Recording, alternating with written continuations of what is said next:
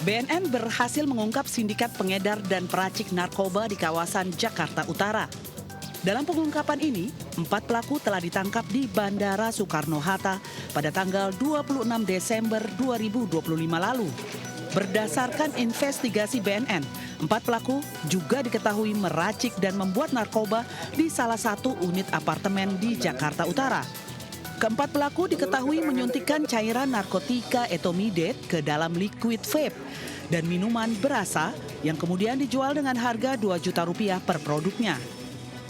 Para penyidik menemukan ada ribuan bungkus happy water, gitu, termasuk cartridge kosong yang siap untuk diisi dari hasil olahan narkotika plus dengan alat injeksi, jadi jarum suntik yang untuk mengisikan cairan narkotika ke cartridge liquid vape itu. Investigasi lanjutan masih terus dilakukan guna mengusut kemungkinan adanya keterlibatan sindikat internasional.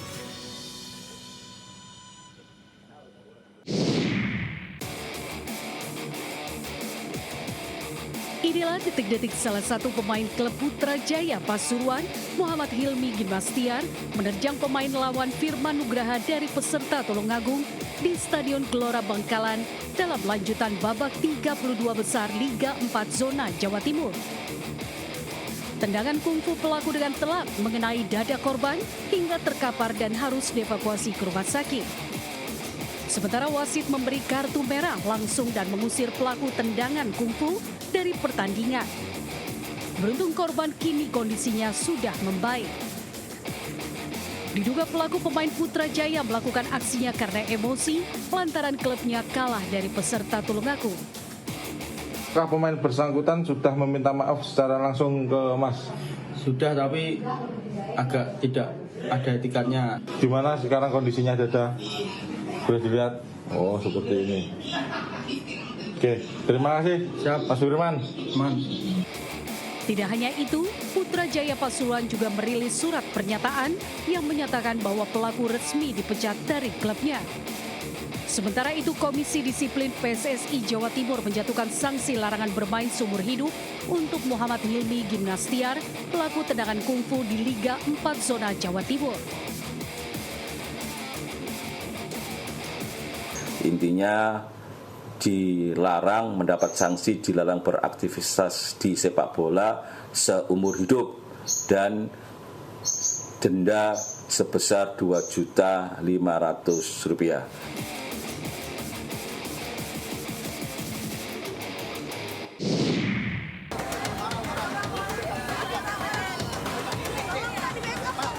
Petugas gabungan pemerintah kota Jakarta Timur mengangkat dan mengeluarkan barang-barang puluhan kepala keluarga yang membangun rumah permanen maupun semi permanen di atas kuburan Cina Cipinang Besar Selatan, Jatinegara, Jakarta Timur pada Selasa pagi. Puluhan kepala keluarga ini dipindah atau direlokasi ke rumah rusun di kawasan Jakarta Timur seperti Rusun Pulau Gebang, Rusun Jatinegara Kaum, dan Rusun Cipinang Besar Selatan. Isak tangis terlihat beberapa warga saat meninggalkan rumah-rumah mereka yang sudah ditempati puluhan tahun. Hari ini 27 kakak sudah sadar dan ingin pindah ke Rusun Pulau Gebang dan Rusun Cipinang Muara. Lokasi tempat tinggal mereka sekarang memang tidak layak dan memang mereka mengakui menyalahi aturan menempati lahan yang bukan sebagaimana mestinya. Rencana lahan ini dikembalikan fungsinya untuk pemakaman dan dapat menampung 1.000 lebih makam baru. Dari Jakarta, Rio Manik, iNews melaporkan.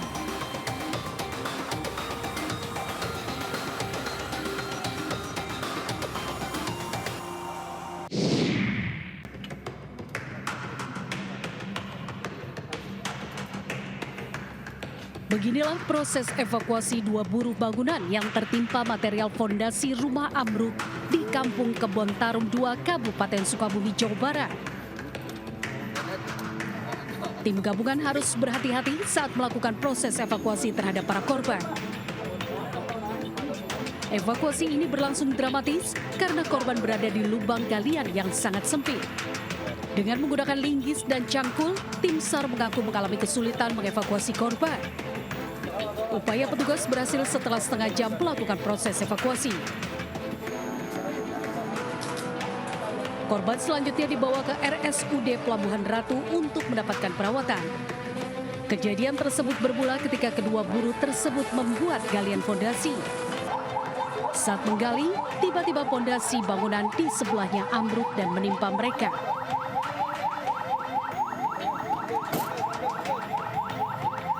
Si korban itu terhimpit fondasi, terus kemudian ini kan ada tanah galian yang menjepit mereka ya, sehingga kesulitannya karena memang ini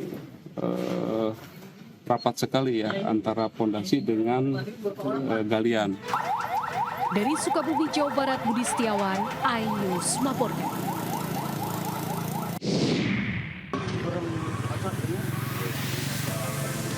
Peristiwa kebakaran terjadi di gudang penyimpanan minyak goreng yang merambat ke rumah warga di Desa Mompang Julu, Kabupaten Mandailing Natal, Sumatera Utara. Dan dengan cepat melahap dua bangunan tersebut, mengingat banyaknya bahan yang mudah terbakar. Warga dan petugas kepolisian pun berjibaku memadamkan api dengan alat seadanya. Dalam peristiwa ini, satu orang mengalami luka bakar di bagian tubuh dan langsung dievakuasi ke rumah sakit guna mendapatkan perawatan medis. Sebanyak 5 unit pemadam kebakaran dikerahkan untuk memadamkan api. Dan kurang lebih dari 2 jam, api pun berhasil dipadamkan. Sumber api masih dalam proses penyelidikan ya oleh APH ya, nanti biar mereka juga. Kerugian sampai saat sekarang masih dikalkulasi ya, oleh pihak kecamatan ya, sehingga nanti menjadi bahan laporan. Untuk korban jiwa sampai saat sekarang ini tidak ada, tetapi ada tadi kami dengar 1 orang ya yang mengalami luka bakar dan sekarang sudah dilarikan ke rumah sakit. Akibat kebakaran, kerugian ditaksir mencapai 2 miliar rupiah dan hingga kini belum diketahui penyebab pasti kebakaran. Dari Mandailing Natal, Sumatera Utara, Sukriyadi, iNews melaporkan.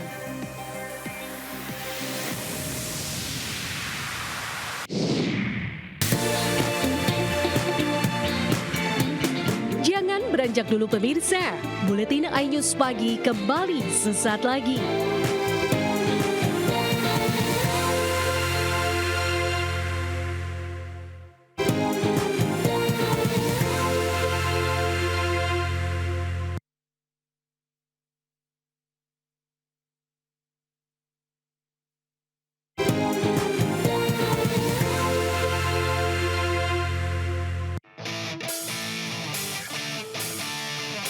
Timnas Futsal Indonesia mulai menjalani latihan perdana jelang kejuaraan AFC Futsal Asian Cup 2026.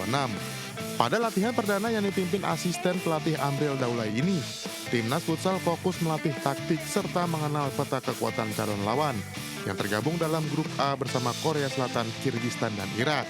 3 tim ini agak berbeda ya tipe-tipenya ya, dari Korea tapi sesamanya dengan kekuatan fisik yang mengandalkan kekuatan fisik dan secara permainan juga berbeda. Irak dengan individual skillnya dan Kirgistan juga dengan taktiknya dan kuat juga. Jadi ini akan jadi menarik untuk kita dan kita akan mempersiapkan sebaik mungkin untuk menghadapi mereka.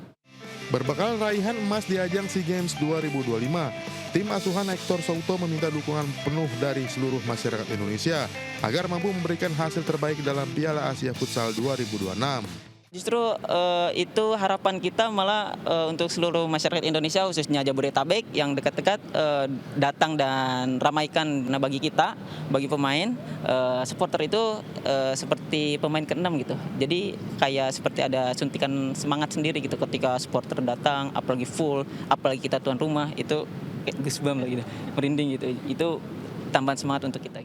AFC Futsal Asian Cup 2026 akan digelar di Indonesia Arena di Jakarta Pusat dan Jakarta International Velodrome di Jakarta Timur pada 27 Januari hingga 7 Februari 2026.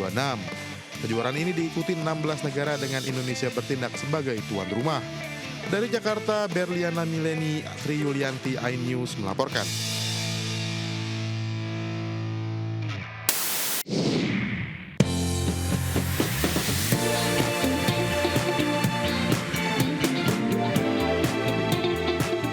Informasi tadi sekaligus mengakhiri perjumpaan kita pada pagi hari ini.